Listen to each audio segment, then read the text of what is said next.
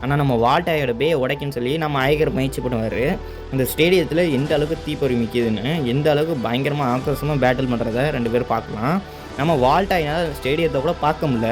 ஆனா நம்ம ஐகர பார்த்தீங்கன்னா, டார்க் ரெசனன்ஸ் பவரோட அந்த ஸ்டேடியத்த நல்லாவே அவர்னால பார்க்க முடியுது. ஏன்னா, ஒரு டார்க் பவர் மூலியமா நல்லாவே அந்த ஸ்டேடியத்த பார்க்க முடியுது. நம்ம வால்டாயினால பார்த்தீங்கன்னா, நிக்க விட முடியல அந்த ஸ்டேடியத்துக்கு முன்னாடி, பின்னாடி தள்ளுது. ஆனா நம்ம ஐகர் பார்த்தீங்கன்னா, ரொம்பவே ஸ்டெடியா நின்னுட்டு டார்க் பவர் யூஸ் பண்றாரு. நம்ம வால்ட்ரியாக்கும் நம்ம அக்கிலியஸும் பார்த்தீங்கன்னா மோதிட்டு இருக்கோம். அப்போ பார்த்தீங்கன்னா, வால்டாயினால அந்த ஸ்டேடியத்த பார்க்கவே ரொம்ப கஷ்டப்படுவாரு.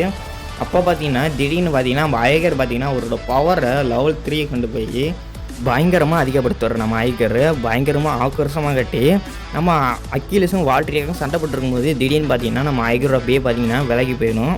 விலகி போய் பார்த்தீங்கன்னா, அக்கிலியஸ பார்த்தீங்கன்னா, அவரோட முழு ஃபார்ம் டார்க் பவரை யூஸ் பண்ணி, ஐகரோட பே பார்த்தீங்கன்னா, ஒரு மாரி சிவப்பு நிறத்தில பயங்கரமான திக் நிறத்தில இருக்கும். சிவப்பு நிறத்தில டார்க் பவர்.